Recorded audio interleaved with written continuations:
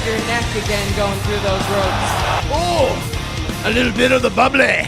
Hey, what's up, everybody? Welcome back to another exciting episode of the Chet-Plex Wrestling Podcast, and a little different. You can actually see us. You saw us in the last one where we had Nathaniel Brewer on watching some matches, but now we're going to do all the podcasts in full color video. Andrew Mild, welcome to the show, and how are you feeling about this? It's going to be scary for the people seeing our faces for the first time. Or I think it's going to be fun. It's a little change of pace, but I'm excited to see what we can do this year with new full and color, like you said. Yeah, and speaking of new, we also have got a very special surprise. Oh, man. This summer, we went and got out a brand new centerpiece for the Chet-Plex Wrestling Podcast. You've been wanting to unveil this for a long time now. Chomping at the bit. Oh man, I'm excited. I think it's time. I think it's time. Yes. You feel like The Rock right now, ladies and gentlemen. The Chet-Plex Wrestling Podcast brings you the WWE World Heavyweight Championship. Oh man, look at this thing. Oh, it's beautiful. We're excited to have it. And yeah, you're gonna see it every podcast. It's gonna be smack dab in the middle every time. We're excited. I think Kofi's gonna want that back. Yeah, he might want that back. I don't know. All right. Anyway, let's get started. Andrew. Chet-Plex Wrestling Podcast. First topic: Wednesday Night War, AEW versus NXT. Wednesday nights, 8 to 10. It's going to be insane. It is going to be insane. This is the first time we've had a big war like this since the Monday Night Wars between WCW and the WWF at that time. But, NXT is going to have to change their format a bit then. Mm-hmm. It's not going to be all these young guys. They may have to send some veterans down to wrestle with these young guys and try to promote them better. And obviously AEW now has some serious competition going on. Yeah, I mean, this is, like you said, the first real competition for WWE since WCW. I mean, you could say it TNA, but TNA never really got any traction going. AEW just feels a lot different than TNA. Feels definitely a lot more like going to be like a WCW type deal. Well, like you said earlier, you didn't expect AEW to be as big as it did. And you've got all these indie wrestlers going on, like Kenny Omega, Pentagon, and obviously Jericho went over there. And then, well, he's not Dean Ambrose, but John Moxley's his new name. And it's kind of impressive how quickly they have grown in these past couple of months. Yeah, I know. And, I mean, like you mentioned how I wasn't very confident at first, but, I mean, they announced that they're going to be on TNT. And I think that being with Turner Broadcasting definitely helps them out tremendously. And then you're going to have NXT on USA Network at the same time. It's going to be a head-to-head battle. The question is who's going to come out on top, early on. Well, the problem if you're supporting the WWE and NXT is now you have these young guys going in there with a lot of pressure on them. Yep. Like, hey, we have to try and beat AEW on a weekly basis, put on our best show. And then AEW has these veterans that are accustomed to that type of pressure, and they don't have anything to lose at this point. I mean, if AEW doesn't succeed as they think, most of these guys are going to get contracts somewhere else because they're used to bouncing around. Like Jericho's been bouncing around for years now. Yeah, and honestly, I think the biggest thing for AEW is for a lot of these guys, it's going to be a major switch from being independents to now being, in that storyline, contract, all this kind of stuff. I mean, obviously Jericho and, Cody, Dustin Rhodes, I mean, they're used to that. Right. They can handle that, and that's why, Cody's going to do a fine job heading up AEW. But some of these guys, they don't have that experience, which is where I think the advantage goes to NXT because that's what they've been practicing whole time. And NXT's at a good point right now. They have a lot of young, great, like the Velveteen Dream. He's doing a great job for him as the North American champion. And he may actually put the show on his back for the time being until he gets put up to the main roster. And you have to ask yourself, is the WWE going to leave these young guys on NXT for too long before they get called up to the main roster? Well, my thinking is, with them now going to be on USA and not just be a network exclusive, I think they're going to keep the core group they've got now, and they're going to shuffle main roster people in and out. I mean, I could see Ricochet, Aleister Black, people who've recently gone up coming back down, and then also get people like, Finn Balor, Kevin Owens, Sami Zayn. I mean, basically people who built NXT, have them come back, and then who knows, maybe get an AJ Styles back down, or not back down, but down there. Heck, maybe if John Cena wants to do a one-off, have him come down. If he ever comes back, that's the first point. Yeah, he's too busy trying to beat fifth graders on Nickelodeon. Yeah, for real. That's what it is right now. He's gone down that low. Yeah, but I mean, seriously though, October is when it starts. Less than a month before we get the Wednesday Night War. NXT starting middle of September on USA. AEW starts, I think it's October 2nd. So it'll be interesting to see, especially with AEW. I mean, right now they've just been doing really just a couple pay-per-views. Now they're going to be doing weekly television. I know you and me talked about this last year, how many times we'd compare NXT's takeover on Saturdays to the main pay-per-view on Sundays, and NXT beat them almost every time. Mm-hmm. I think there's only 2 or 3 times where the main might have been better than NXT's takeover. And so I think NXT is going to be just fine. I think they're going to compete with AEW pretty well. And, I mean, what really excites me about this is that they're so much alike. I mean, when you consider, say AEW is going up against SmackDown, it's just, it seems a little like they're opposites. It seems a little different. But NXT versus AEW, it's almost like as if they're they're very similar, different programs. So it'll be interesting to see how they compete against each other. There's a lot of pros and cons to each show. They, like you said, they're very different, but also similar in some aspects. So I think it's going to depend on what type of wrestling fan you are. Mm-hmm. So when that time comes, you can decide which side and support them the best you can. Yeah, and I mean, I think right now the biggest thing is NXT's got to, definitely shuffle in some main roster people or get some free agents maybe. See if they can steal somebody from either like New Japan or Ring of Honor. Just get someone fresh. Right. I mean, with AEW, you got Cody, you got Dustin, you got the Young Bucks, Kenny Omega, Chris Jericho, you got Pac.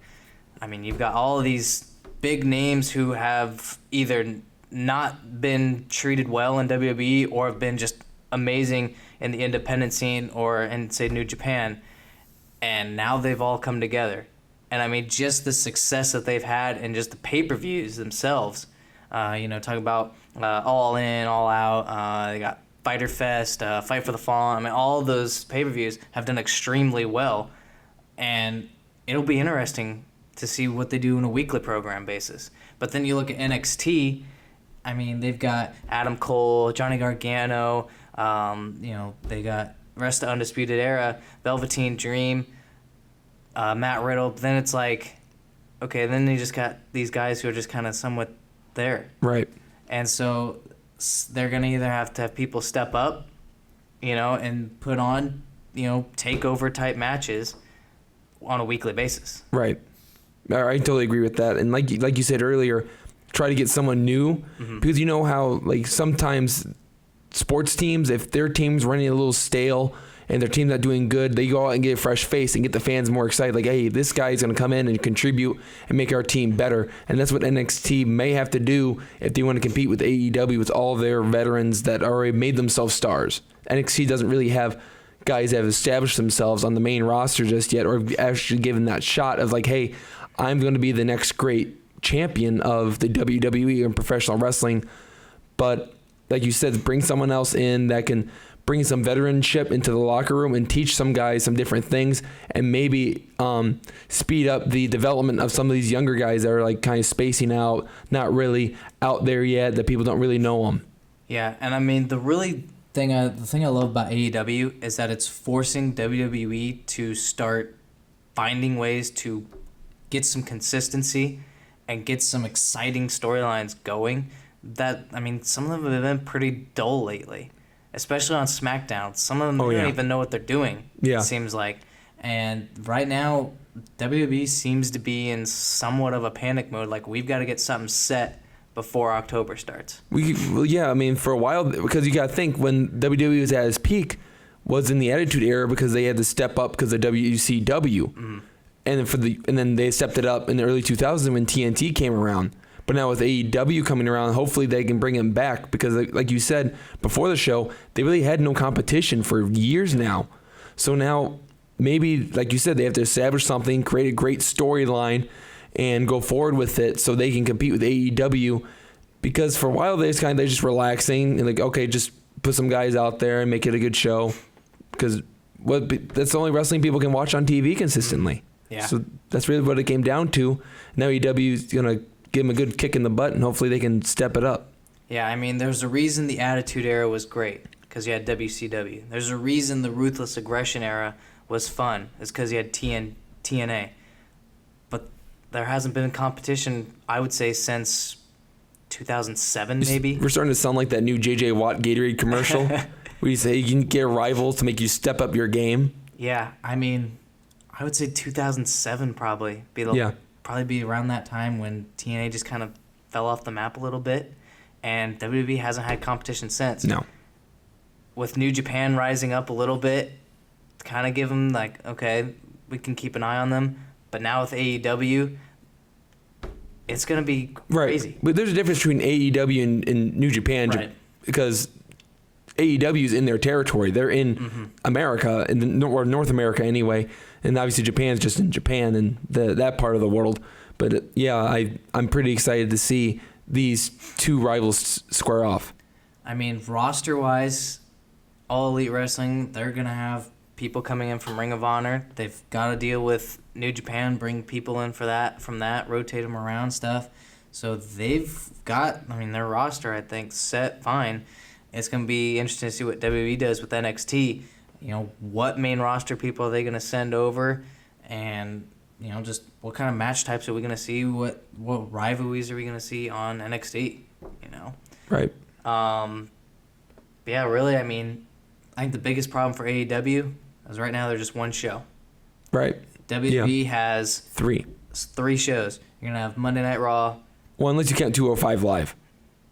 Yeah, that's a network exclusive, so I'm not gonna count that. You got Monday Night Raw, Wednesday night NXT, and you got Friday night SmackDown. That's not even including pay-per-view weekends. For example, Survivor Series weekend, Thanksgiving weekend, it's going to be in Chicago.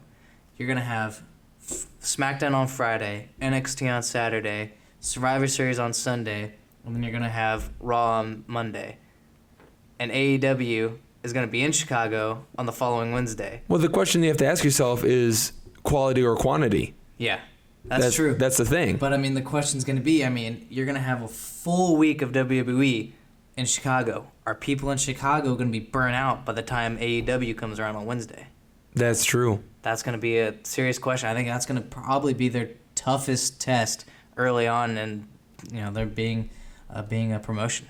Well, that means WWE needs to go in and go 4 for 4 on those shows, like you just said. They have to go in with swing for the fences, basically, and create good emotional matches that get the fans engaged, so they are burned out by Wednesday. And I don't really want to go see AEW. I already saw some great wrestling this weekend.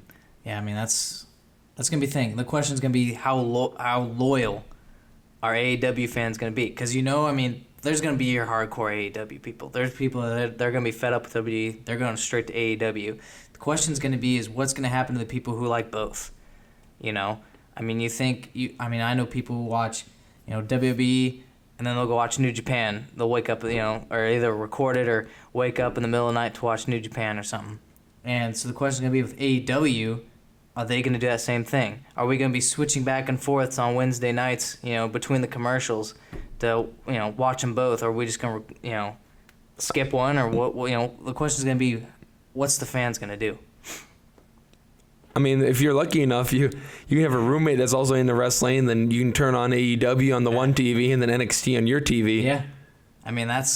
That's what I'm planning on doing that picture-in-picture or something, just dude, you're going to look like a madman. I know. It's going to be like a March Madness season where I'm watching like 5 games at once. Exactly what it's going to look like.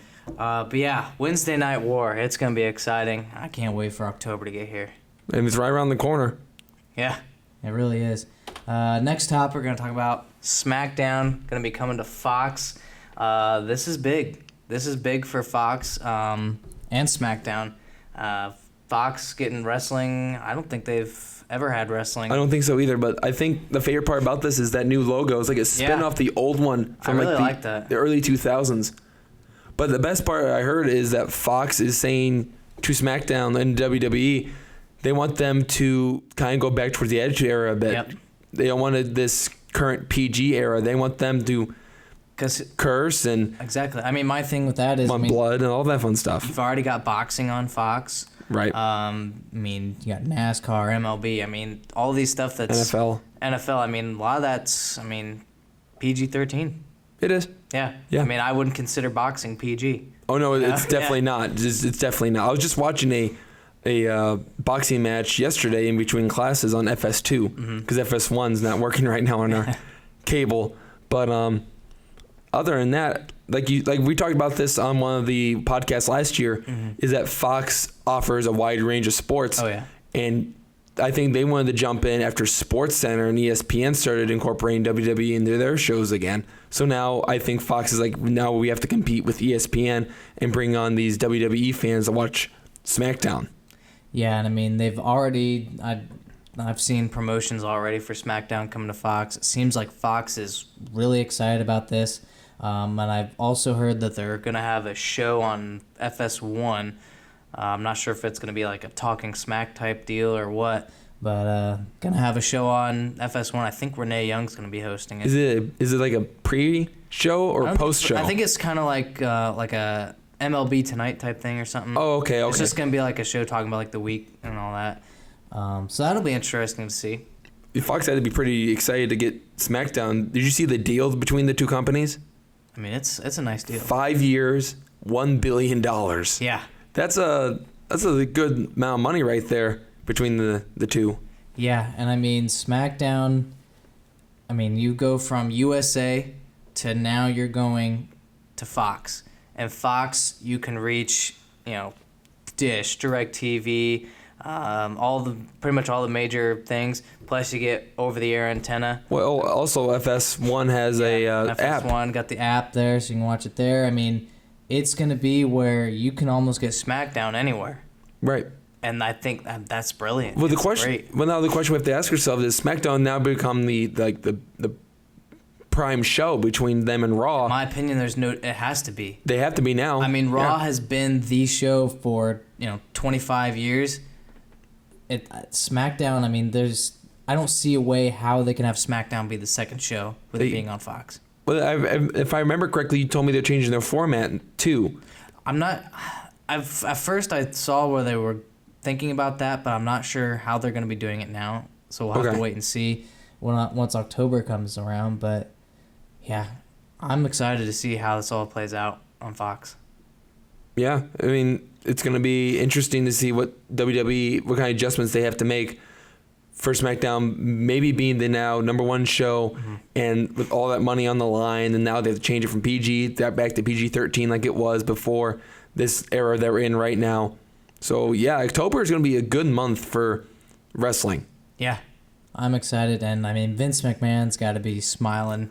He's got to be sleeping very well, knowing that he's got three shows on national television. He's got the XFL coming in February. Oh my God, I forgot about that. That man's gonna have some fun coming up. Well, you probably listen to Shane's theme song. Yeah. have teams come out to different wrestler themes. Exactly. Like they get their own captain, and the captain chooses. You get the Houston, the Roughnecks or something? Yeah, I think Houston Roughnecks coming out to like Undertaker's American BA theme. Yeah, that's one way of doing it. Oh man, that's gonna be exciting. But the real question coming out with SmackDown moving to Fox is gonna be WWE Draft. I've already heard that they're planning on doing another draft type thing.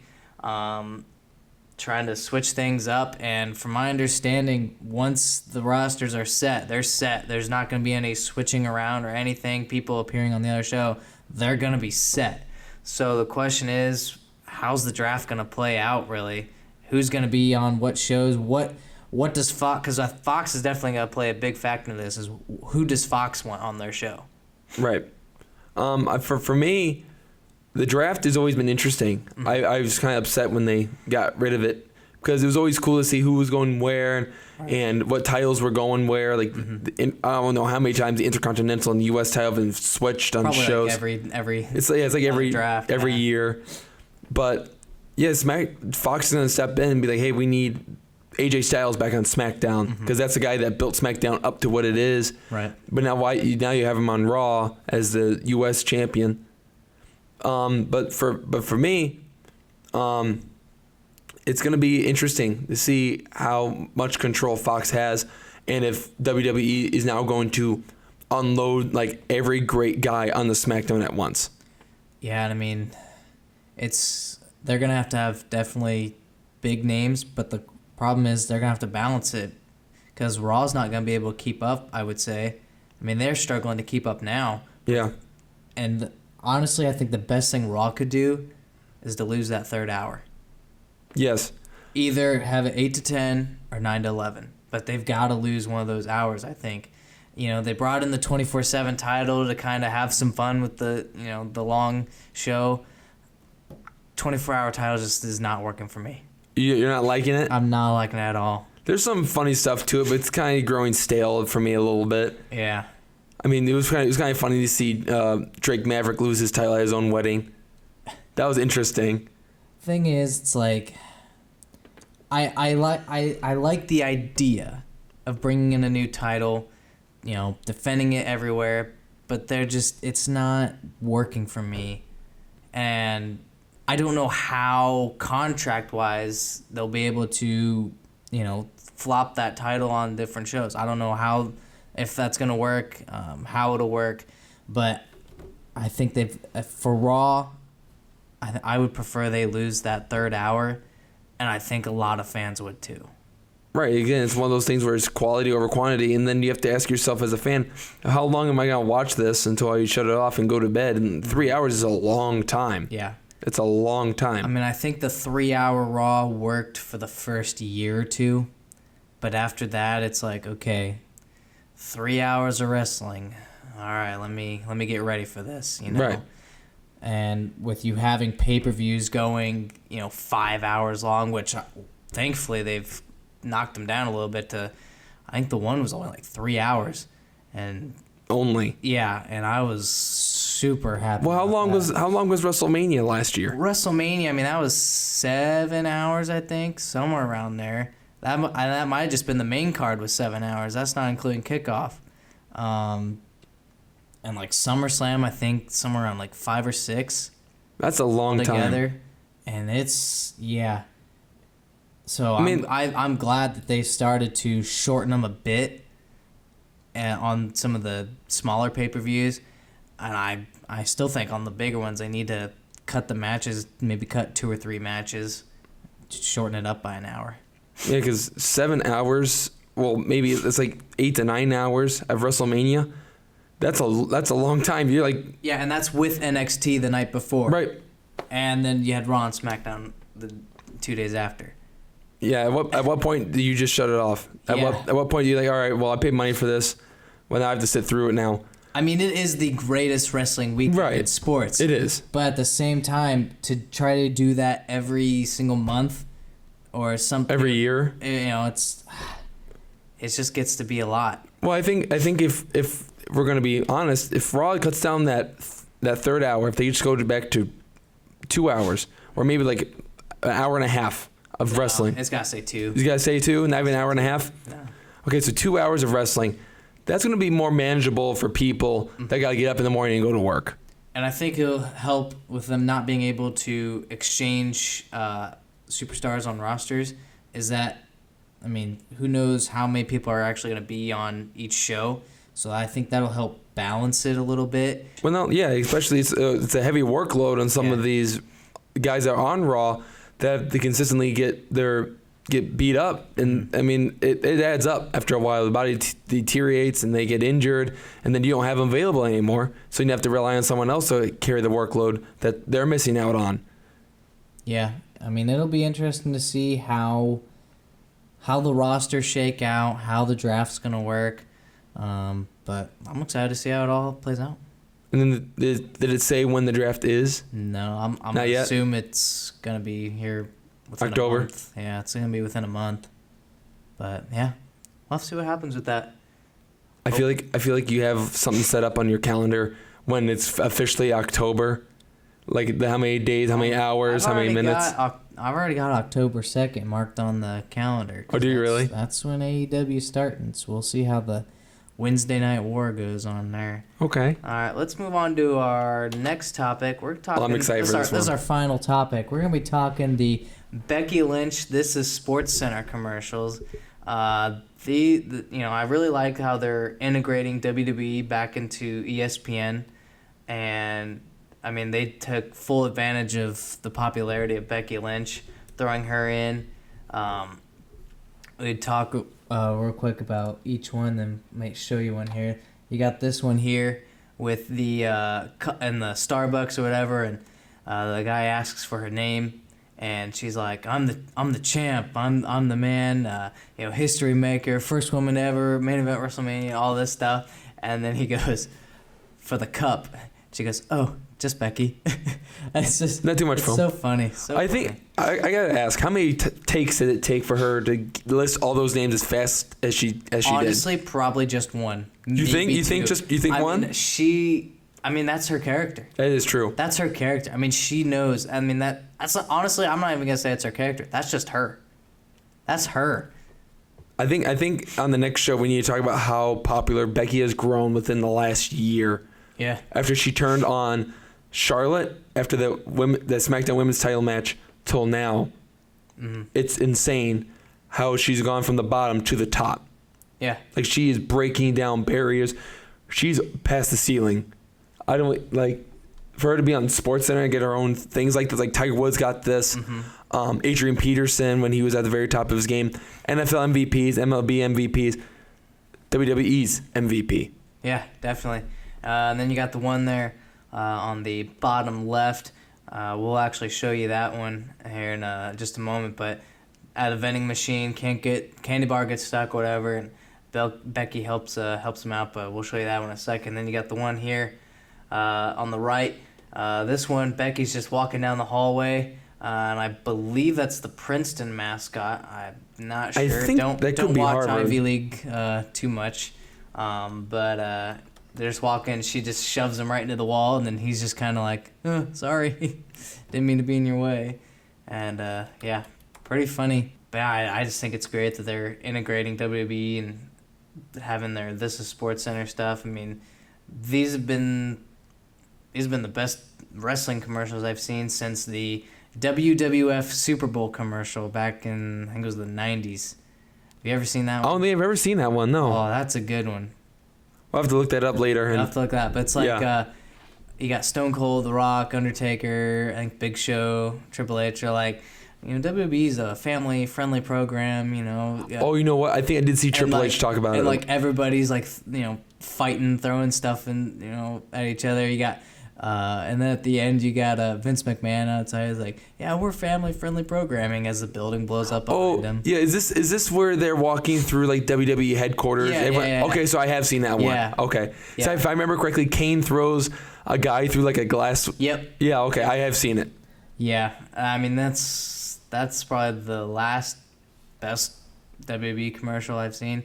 Although I did like the one for the Raw 1000 where I think it was Vince was like, tell everyone that Raw's starting at 8 or whatever, and he starts relaying it. It's like telephone where they all just start like, want to bring some cake. He is like, I need to lose weight. It's just like just couldn't remember what the word was, and everyone playing telephone. So that one wasn't bad. But yeah, this definitely. So that was 2012. That was 2012. So best commercial for WWE since 2012. I would have to agree. I can't wait to see. I can't wait to watch that one again. Yeah. So let's show you the one here. Yeah. So they're in the ESPN offices, and he's just couldn't get his candy bar out. Becky shows up. Oh, hey, Becky.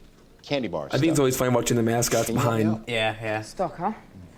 Yeah, I Looks think like I can she's help you gonna knock the glass Oh, over. here we go. Hi, facilities. Yeah, we're gonna need some assistance on the 3rd floor vending machine. Thanks. I mean, that's just so funny. She's like, sure, I'll help you. Thanks, Becky. Getting ready to go knock the thing out, and then... I'm not going to lie. She grabbed that foam pretty aggressively. Yeah.